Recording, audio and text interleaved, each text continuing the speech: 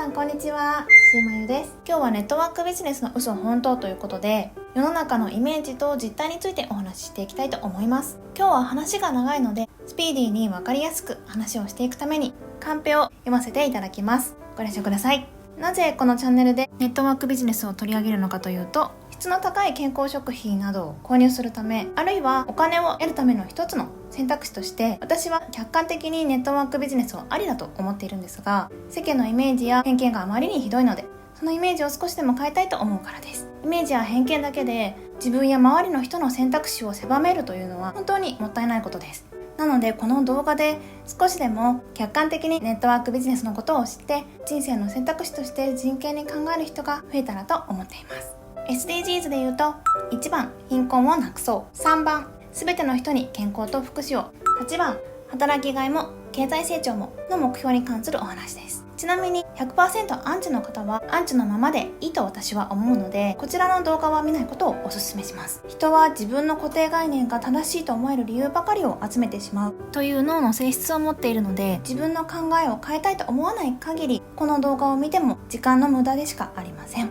もちろん時間を無駄にしたい人、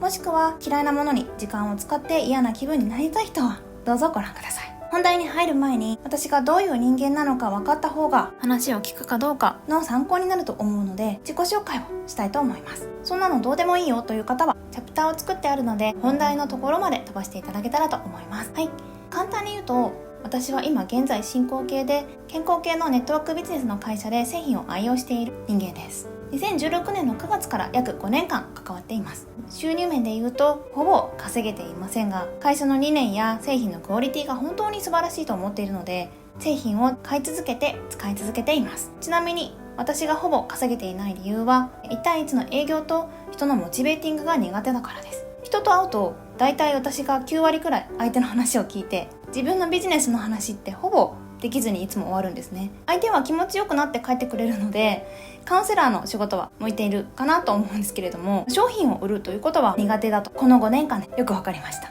学歴は一応筑波大学大学院まで修了していまして、世の中に論文というものも出しています。なので一般的には頭も悪くないはずだと思っています。生物資源科学専攻というところで植物の研究をしていたんですが、世の中でまだ見つかっていない新しい物質を見つけたんですね。で、名前をどうしようかなって思うじゃないですか。せっかくだし宇宙の星の名前みたいな感じで自分の名前でもつけるかなと思ったんですね。私は本名がまゆみっていうので、まゆみオールっていう名前をさすがにつけてません。仕事の経歴で言うと IT 企業でマーケティングをやっていて、広告代理店に転職して、その後は個人事業主になりました。働いていた会社は日本の IT 企業広告代理店というと大体の人が想像つくであろう F 社と D 社のグループ会社で働いていたので、一応世の中的にまともなところで働いていたと言えるんじゃないかなというふうに思います。本社でなくてグループ会社なので、大したことはないんですけど、こんな感じで一応世の中的に見てバカな部類ではない人間が客観的にお話していくよというわけです。東大でも本社でもない、中途半端な経歴で信用なんかできねえわという方はどうぞ動画を閉じていただけたらと思います。はい、ということでここまで長くなってしまったんですが、私の自己紹介はこんな感じで本題に入っていきたいと思います。ネットワークビジネスについて世の中でよく言われることに対して、私が見てきた実態をもとに嘘なのか本当なのかを語っていきたいと思います。話題ごとにチャプターを振っているので、ご自身の知りたいところだけ飛んでみていただくのもありだと思います。それでは行ってみましょう。仕組み編です。ネズミ講と同じで違法である。これは嘘ですね。ネットワークビジネスというのはマルチレベルマーケティング、あるいはダイレクトマーケティングといって、ちゃんとしたマーケティングの手法で合法です。ネズミ講は商品がないものを言います。商品はあるんだけれども商品の価値がないもの、その辺のツボとかねを売っていたらネズミ講と言ってもいいと思います。続いて、広告を打っていない分原価が高い。半分本当で半分嘘です。広告を打たなければもちろんその分の広告費がかからず経費が削減されるので、その分原価を高くしても利益は出ます。でも原価を高くできる理由っていうのはそれだけじゃないんですね。ちなみに広告費の分をネットワークビジネスで売っている人たちにお金がいってるだけじゃんという人もいるんですけれども、そう思うのは人件費のことをよく分かっていないという証拠です。普通のメーカーも営業の人はいますよね。一人正社員を雇うだけでその人がもらっている給料の2から3倍はコストがかかっているのが普通なんですね。でもディストリビューター、ネットワークビジネスで売っている人たちのことですは個人事業主なので、報酬だけ払えば他の保険料とか福利厚生費とか交通費とかそういうもののコストを会社が払う必要はないんですね。なので年収500万円の営業社員が1人いたら年収1000万円から1500万円のディストリビューターがいるようなものです。ディストリビューターで考えたら年収1000万円から1500万円って一般的にトップクラスの人で人数はかなり少ないと思います。営業社員の場合は新卒でも年収300万円は普通ですよね。とすると最低で年収600万円から900万円のディストリビューターがいるという換算になります。この時点で営業社員がいる方が圧倒的にコストがかかるというのがわかると思います。ここで原価を高くできる理由を広告費以外のところでもお話ししたいので、物流マーケティングの仕組みを解説したいと思います。一般的な商品の流れを考えると、メーカーの工場からメーカーの営業所、それから商社に行って小売店に行って消費者に行くという風になってますよね。ここで経営や財務の話になりますが、メーカーの工場から消費者に行くまでの間に本当に多くの経費がかかってるんですね。メーカーの営業所だったら家賃、光熱費、通信費、機械や備品のお金がかかりますし、営業事務、その他のバックオフィスの社員の人件費というのもかかってきます。でさらに商社、小売店だったら事業所店舗の家賃、光熱費、通信費、機械や備品、それから従業員の人件費、従業員っていうのも営業販売だったりとかバイヤー、総務、人事、経営企画みたいな感じでいろんな人がいますよね。でその人たちの人件費と、あとは商品の輸送費っていうのがかかってきます。でさらに基本的に別の会社なので役員報酬や株主の配当、それから税金なんていうものもプラスして払われています。これら全てが商品の価格に乗ってくるんですね。これがネットワークビジネスの場合はどうなのかというと、メーカーの工場からディストリビューターに行って、ディストリビューターから消費者に行きますよね。で、メーカーの工場から消費者に行くまでの間にかかる経費というのはディストリビューターへの報酬と商品の輸送費以上です。これだけ経費が圧縮されているんですね。だからこそ原価を高くしても事業が成り立つというわけです。じゃあなんで経費が多くかかっているはずの市販の方が安いものが多いのかという質問がありますよね。これは原材料とか人件費とかいろんなものを安い国で仕入れて作っているからということになります。簡単に言ってしまうと、市販で安く提供されればされるほど製造に関わる人たちから搾取されているということになります。ちなみに副業とか個人事業主でよくあるアフィリエイター、ブローカー、転売ヤー、インフルエンサー、案件をやっている YouTuber とかいろんな人がいると思うんですけど、この辺の人たちは基本的にメーカーの代わりにメーカーの商品を自分で紹介して稼いでいますよね。なのでみんな販売利益をあやかっているという意味では、仕事の種類としてはみんなネットワークビジネスと似たようなものだと思っています。見え方が違うっていうのと、あとは連鎖販売っていう仕組みがないだけですよね。はい、ちょっとこの話で長くなってしまったんですが、ここからはね、もうちょっとサクサクいきたいと思います。お金編です。楽して稼げる。嘘です。私が知る限りでは楽して稼ぐのは無理です。実際に稼げるかどうかは人によります。私は多少は稼げましたが、安定して毎月稼げるというところまではいきませんでした。ネットワークビジネスに向いている人っていうのは、営業が得意な人、自分の好きなものを人に勧めるのが得意ってことですねっていうのと、あとは人をモチベーティングして組織を作って動かせる人だと思います。そもそもビジネスなので自分の会社を経営しているっていう風に思った方がいいと思います。会社員で言われたことだけやってればいいみたいな、そういうマインドでは、99.9% 無理だと思います。次に不労所得権利収入になるという話ですが、これは半分本当で半分嘘ですね。製品愛用者が定着すれば確かに毎月ある程度は権利収入として入ってきます。でも製品を使い続ける人が減ってしまえば権利収入は減ります。当たり前ですよね。なので権利収入を永続的に維持するというのはほとんど難しいですし、不労所得になる人っていうのは本当にごくわずかです。時間的にも自由になれるというのはほぼ嘘ですね。で、タイトルが高い人でもほとんどの人がしっかり労働しているっていうのが実情かなというふうに思います。ネットワークビジネスを進めている金持ち父さん、貧乏父さんでもネットワークビジネスで稼いだお金を投資に回せっていう話をしてるんですね。投資で得た利益で初めて大きな買い物をしろっていうふうに言ってるんですよ。私もそれが一番だと思います。いろんな人の手によって技術が常に発展していく資本主義である以上は、どんな会社でも事業でも永遠はほとんどないと思った方がいいと思います。で、30年前はトヨタ、日立、パナソニックっていうのが、世界をリードしていましたよね。でも今は GAFA が世界のプラットフォームになっていますよね。このように社会の変化とともに会社の勢力っていうのも変わっていくので、永遠の不労所得とか権利収入を当てにするのはやめた方がいいんじゃないかなと思います。借金をしなくてはいけない。これに関しても半分本当で半分嘘ですね。在庫を抱える必要があるかどうかっていうのは MLM の会社によります。借金をするかどうかも人によります。私の場合はネットワークビジネスとは関係なく、自己投資のためにクリコをね、シャシャシャシャってここ切りすぎたり、一時期考え方がスピリチュアルに寄りすぎてキャッシュフローの管理をね、徹底できなかったために借金をしてしまったんですけど、これはネットワークビジネスというよりは個人事業主とかスピリチュアル系あるあるですね。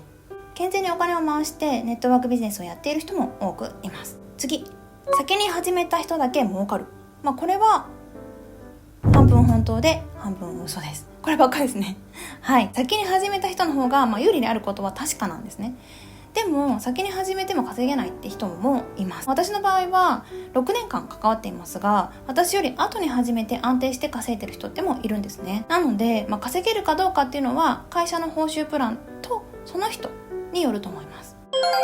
続いて商品編です。売っている商品が本当は質が悪い、効果があまりないということに関しては、これも半分本当で半分嘘です。これも完全に会社によると思います。もちろんさっきの原価の話の通り、経費をかけなくて済む分、しっかり研究開発をして質の良い商品を作っているっていう会社もね、多くあるんですけど、大したことない会社っていうのもあると思います。なので、その会社がどんなレベルで商品を作っているのかっていうのをしっかり見極める必要があると思います。これに関しては MLM だけに限った話じゃないと私は思うんですね。健康食品関連で言うと、私が個人事業主時代に社長秘書をね、並行してやっていたっていう時があったんですね。その仕事を始める前に社長秘書の面接を受けるじゃないですか。で、いろいろ受けに行ったんですね。その中の一つの会社の社長と、面接した時にですね、私が持っているビフォーアフターの写真をくれって言われたんですよ。自分の会社がやっている EC で使うからって言われたんですね。衝撃。そういう会社もあるので、ネットワークビジネスの会社に限らず自分で見極める目を養うというのがすごく重要かなと思います。続いて、食品添加物が体に良くないなどと不安を煽って買わせる。これも半分本当で半分嘘です。何が本当かっていうと、食品添加物が体に良くないっていうのは確かに話してるんですよ。でも人によってはね、話し方とか言い方がまずいかもしれないんですけど、あくまで一つの考え方として紹介しているだけなんですよね。マーケティング事業の一つのやり方でしかないと思います。そもそもがこういった歌い文句っていうのも MLM だけに限ったことではないですよね。火事になるかもしれないから火災保険に入るとか、メタボになりたくないからプリン体ゼロのビールを買う、無能と言われたくないから自己啓発本を買うとか、不安からいろんな買うってことね、いろいろあると思うんですよ。普通ですよね。続いて、商品力が高いのに広がらないのはおかしいというお話。これも半分本当で半分嘘です。こればっかりですいません。でもね、そうなんですよ。確かにそうなんですよ。でもね、残念なことにどれだけ商品力が高くても人による偏見で広がらないことっていうのはね、いくらでもあるんですよね。プラシーボ効果の逆で、多くの人には効果があるものでも、その人が効果がないと思い込んでいたら他の人より聞きづらくなることっていうのも結構あるんですね。あとはそもそも MLM と聞いた瞬間に商品を試すことすらしないみたいな人も多いので、広まっていかないという感じですね。あとはですね、利権の情報操作っていうのも大きく関与していると言われています。地動説などの科学的定説と同じですね。今では当たり前の定説でも、当時はキリスト教の教えに反するとかっていうね、理由とかで火あぶりにされた学者がいたっていうふうにも言われています。このように人による偏見だとか、あと利権既得権益っていうのが影響して、真実や人にとって有益な話が広まりづらいっていうのも、今までの歴史から見ても結構ね、普通にある話なんですよね。続いて、売り方編。信頼、友達をなくすというお話ですが、これもね、半分本当で半分嘘。これしか言ってない気がする。これは単純に現状の世間のイメージが悪いからですね。もしこれが世間のイメージが逆だった場合、逆の結果になるはずです。で、あとは、必要としていない人に無理に勧める人がいるっていうのもありますよね。でもこれも MLM に限った話ではないかなというふうに思います。あと友達や家族を自分がね稼ぐために利用するなんてありえないという人もいますけど、稼ぐことをメインの目的にして紹介していないっていうケースもありますよね。純粋に自分が使ってよかったから進めているっていうケースも悪なんですかね。そもそも MLM に限らず家族割だったりとか友達紹介キャッシュバックっていった制度を作っている会社もありますよね。なので、友達や家族に勧めてお互いにお得に買い物をするっていうことは至って普通の行為かなと思います。続いて売り方が怖い、不快。これもですね、半分本当で半分嘘、もう全部そうなんだけどね、もう結局これも結局会社と組織と人によります。非常にね残念なんですけど、言ってて気づいたら囲まれていたっていうのは結構あります。実際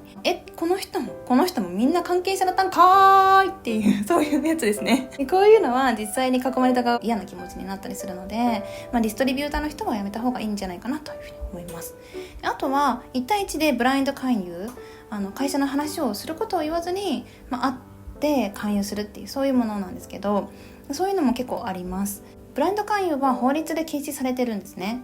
相手から興味を持って話を聞く場合以外はそもそもがディストリビューターをやってはいけないというそういうものになるので、やってる人がいたら非常に良くないですね。あとはすごい人に合わせてあげるよみたいなそういう謎の勧誘もありますよね。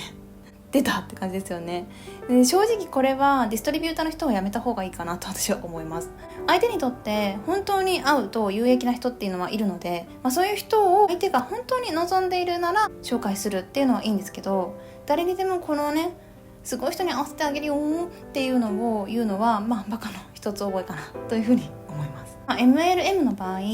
会社員や販売員、サービス業などによくある研修っていうものをねものすごく簡略化してビジネスを始めさせたりするので、自分で商品の良さとか報酬プランを話せないんですよね。なので長期間続けている人やトップの人のセミナーをこのように紹介したりします。モチベーションの維持の問題とかでねいろいろあると思うんですけど、私は研修をしっかり受けて自分である程度話せるようになってから、ビジネスを始めてもいいんじゃないかなというふうには思いますといろいろ話しましたが、普通にエステやジムとかね、あとは美容院とかが専用商品を売っているみたいな感じの自然で怖くない売り方っていうのもやってるところあるので、一概には言えないという感じですね。あと言っていることがまた聞き、これもね半分本当で半分嘘です。もう全部ですいません。これも人によります。自分で徹底的に調べている人もいるし、ただ聞いたまま話す人もいます。なんですけど、これについてもそもそも MLM だけに限った話ではないと私は思いますね。例えば化粧品の販売員の人が自分で化粧品の有効成分に関する研究論文をねこうやってバーって調べてこうやって読んで、なるほどって言ってね読んで理解して話してるかって言ったら、多分研修で学んだことを普通に話してるだけですよね。それと同じかなと思います。あとはその他、宗教洗脳であるという話、これも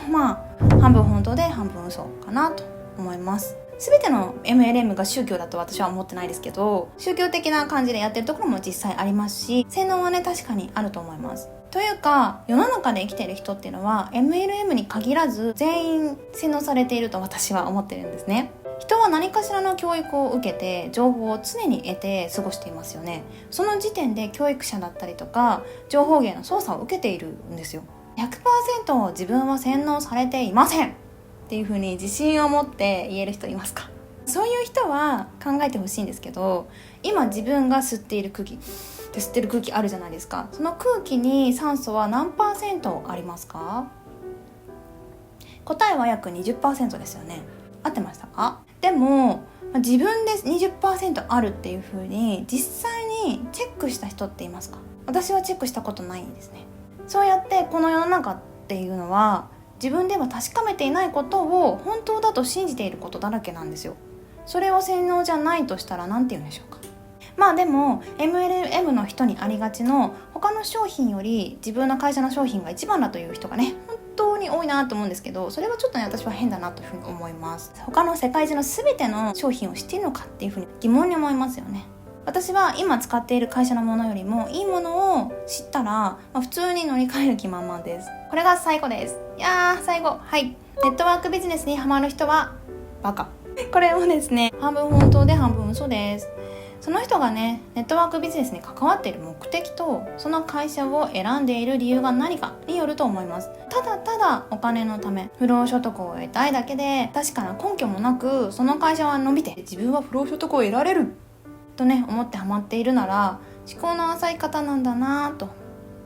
要するにバカ。